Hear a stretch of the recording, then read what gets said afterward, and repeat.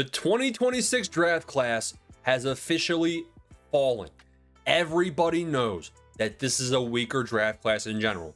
Content creators like myself have been saying it over and over, batting it into your head. So now everybody knows, and everyone has devalued these picks. The de-escalation in value of these picks has been insane to watch, and we need to talk about it today. If you're at the zoo, you're eating a snow cone, your buddy looks at you, man, see that monkey? That monkey has a pretty cool banana. That banana, you should go try and get it. You're like, all right, I'll go get it. Why are you gonna go get it? Because that banana has more value than what these late first and early second round picks actually have this year. The value has declined. Let's just quick look. Oh, I have a 205. Last year, Scatabo 205. This year, who can I get? Let me just trade the 205 for Tua.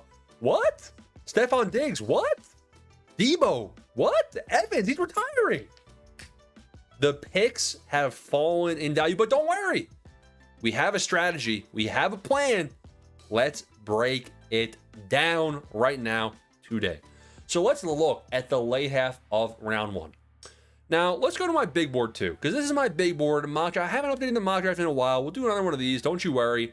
But let's just look at the late half of round one, right? After the first four guys, the first four for me, I like them. I like them. The three receivers, I like them.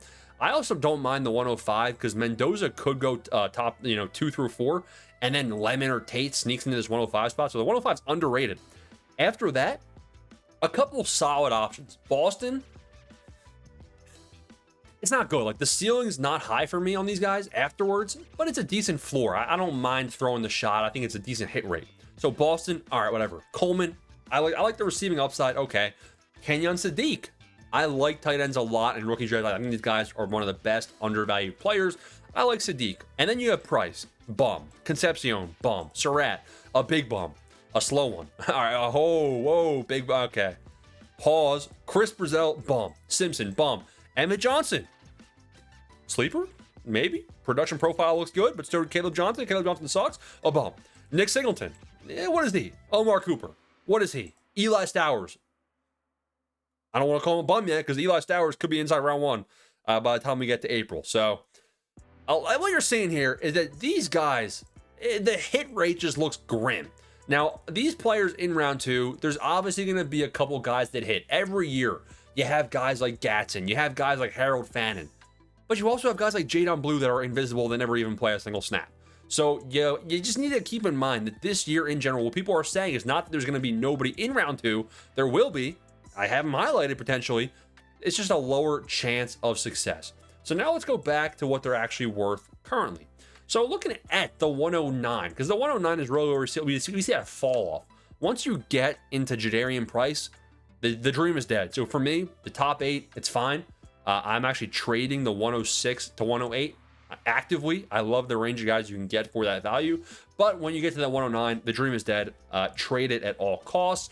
And the 109, you can get some good options for. You can get Javonte. You can trade up, get Scatabo. You can maybe even the 109 and something to get Chase Brown, Fannin in that tier. So I like doing that a lot. The 110 I treat very similarly. The 111, I started looking at quarterback, to be honest. I like Tyler Shuck. I like Kyler Murray. I like taking those shots. I'd rather have Shuck than Murray at this current point, but I also think Kyler Murray has a higher ceiling. I just think he's going to have a bad season personally. He's in a recent video of players I think will not produce in 2026, but there are still serviceable underranked options you can get for the 110 to 112, like even Jordan Addison. Hear me out here. Jordan Addison, the Vikings are going to have a bad season. Addison's going to play bad. Jefferson's going to play bad because of the quarterback situation holding them back. The Vikings need a good quarterback. When we have a good service, if we had Jacoby Brissett on the Vikings, Addison and Jefferson would be top 10 wide receivers. I'm not even kidding, right? But, while Jefferson's going to be 28 by the time they get a quarterback, Addison will only be 25 by the time they re-roll and get a quarterback in a strong 2027 quarterback class. So I do think Addison's might be a decent buy chance right here. Like, I'd rather have Addison than Omar Cooper, to be completely honest with you. I just think that the ceiling is just way different. And at least with Addison, you have a decent floor where he's not going to average less than 10 points per game. You'd have to think, right? Like, surely we saw the floor in 2025. So I don't mind Addison, to be completely honest. After that, things start getting a little wacky because you have the second round picks, but good luck trading them. Now, there are great trade targets late round one, early round 2. There's guys I like targeting. I mentioned the names above, but you probably have to package some picks together. Now, I really like myself Kyle Pitts. I like myself Scam Laporta. Kyle Pitts just had a breakout year and his price did not change. Kyle Pitts is a free agent. He has some maneuverability in where he ends up. He probably comes back with the Falcons with a new coaching staff, Kevin Stefanski. He just built Harold Fannin. He made Njoku an insane tight end when he was healthy in Cleveland. So Stefanski likes his tight ends. Kyle Pitts. Penix is not necessarily a bad quarterback. I'm not ready to say that Penix sucks. He just can't stay healthy. So that's a concern for sure of him staying healthy. But Pitts has shown that he can now be involved in the red zone. He had his highest red zone touchdown rate of his career. And he had his best receiving, receptions per game and almost matched his rookie season receiving yards per game as well. So the signs are looking good here for Kyle Pitts. Now, an interesting stat right here is that the gap between Trey McBride and Kyle Pitts, even though they were tight end 1, tight end 4, there's a smaller gap from Kyle Pitts to Cade Otton, who sucks, right? So don't the hype can die real quick here with Pitts. We can be back at 8 points per game pretty quick, but I'd be surprised. So I'd rather have Pitts. I'd rather have Laporta. Laporta, double-digit machine, always been double digits. He's been consistent, except he was injured, so he fell in the rankings. He can't fall much higher, much lower than this. He's 25 years old. So is Pitts. They're young. Would you rather have Sadiq and Stowers or Pitts and Laporta? We know what Laporta and Pitts are, and they're solid. We don't know what Sadiq and Stowers are, so I like trading for those guys straight up. And then you start getting into some more volatile dart throws, because the names after that, they get kind of murky. And this is where second round picks have really lost a step in value. Quentin Johnston, best ball asset, not really good for my fantasy lineup. Jaden Higgins.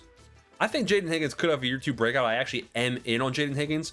For some reason, it just doesn't feel good paying an early second here for Higgins. Because the early second, you can still hit on Emmett Johnson. And Elijah Surratt, it just feels murky doing it. You really have to believe in this guy. I believe in him. I just don't know if I believe in him that much. I'd easily trade a 206 or later, a 205 or later even.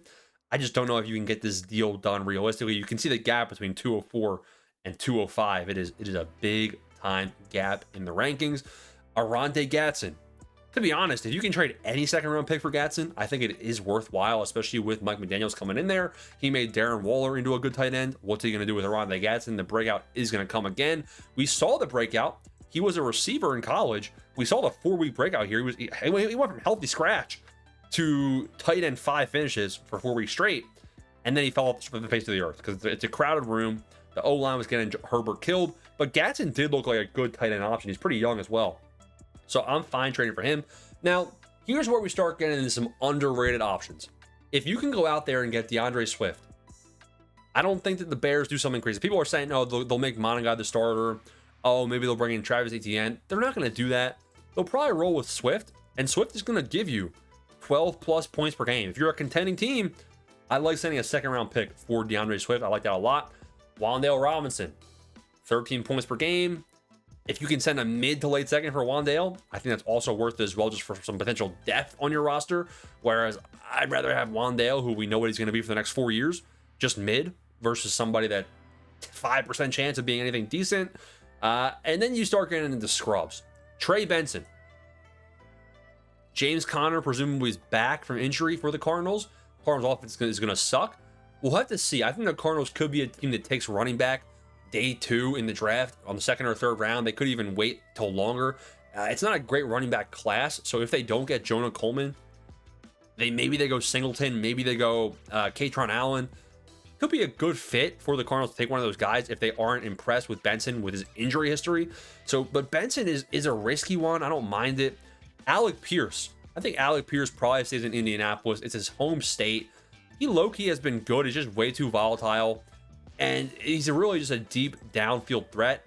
He did a lot late in the season when Indiana Jones was hurt. Didn't do much with Indiana Jones. It's scary, but his usage was very encouraging. And there's a chance they get out of Michael Pittman's high cap contract. So Pierce is the name to keep an eye out on. Woody Marks comes with risks as well because Joe Mixon's probably back. So I'm actually in the camp to trade Woody Marks now while you can and try scamming your league mates. But you can see that the names are just bad. Like Khalil Shakir stinks, Hubbard stinks, Debo stinks, Dowdle, he's 28. Now, free agency, there's a chance that he finds a better landing spot. But this is, again, only a contender, and you're really just getting a running back that's maybe 12 points per game, 15 plus points per game with injury help. Tyler Algier, same thing. Risky free agent running back option. I'm not too happy about it. There are some names here that are decent buys. Like if you have a late second round pick, a 210, 211, 212, what's JJ McCarthy worth? He stinks. He's not going to be good. But what if? You know, he can't go down much more in value, and you're not risking much to get a quarterback that was a first round draft pick in your rookie redraft. So I do like targeting JJ McCarthy, even though he stinks, even though I think he stinks, even though I'm predicting he's going to stink. You're not paying much in value compared to where he is. I think he's actually undervalued. So I don't mind that. Malik Willis, you can see that they have 209, 210 as where Malik Willis is in value. Go send a third. Go send a 211, 212, or a third round pick. Just go feel it out. Like in my Dynasty League, which is a super deep league, deeper than yours. Okay, pause. Malik Willis, he's a free agent. He wasn't even on rosters by the time playoffs came around.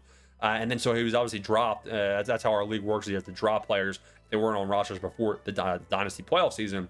So Malik Willis, I mean, I'll be taking him with a late second or a third round pick in the rookie redraft because these guys are eligible. You know, it doesn't have to be a rookie in our league either. It can be anybody, even the free agent pool. So Malik Willis, I like the value of him as well. Just not good names. Not great names here in the second. But back to the point of this video. I mean, there's a couple names like Theo Johnson, Terrence Ferguson, but these are more third round in value. The overall value of these picks cannot go much lower. The fall has already happened. Look at the trend. We're on keep, trade, cut. And this is what the value of the pick has done. So this is probably back at some point in the season when they were highest in value. And then ever since then, when more and more people, we have the full college season. We have, we think that we have, this is back when it was highest in value. We thought we had Arch Manning. We thought we had Dante Moore. We thought we had X, Y, and Z. And one by one, all these guys, transfer portal. I'm not coming out. Dante Moore, I'm not going to the Jets. Smart move, buddy. So the draft pick has just continuously went down in value. Pair that with everybody saying that these picks are now valueless. They are very low in value. So I actually think we will see these picks bounce back up in value is the point of this video. So, you know, everyone's telling you be in a panic to trade your picks, and it's true, it's right. But I also think that they're so low in value that they're not going to go much lower. They're actually fairly priced currently, but we could see some impatient Dynasty League managers come out here when we start seeing some combine buzz, when we start seeing some actual draft buzz.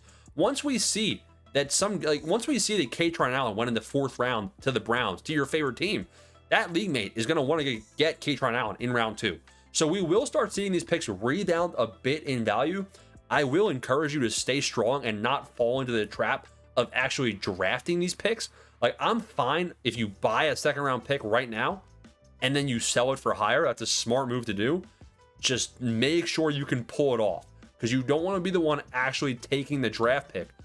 But what I'm saying is we could see them bounce back up in value. They're way too fairly, it's funny to say, they're way too fairly valued right now. And I think that we see psychology indicates that we'll see people start bumping them back up when we get more hype around them. So you can capitalize. You can capitalize by either buying them low now and then trading them later, or you can just hold on to it for now and then test trading them out when we get closer to the draft. Smash like, subscribe button. Hope this video helped. Let me know any trade questions or comments down below. See you in the next one.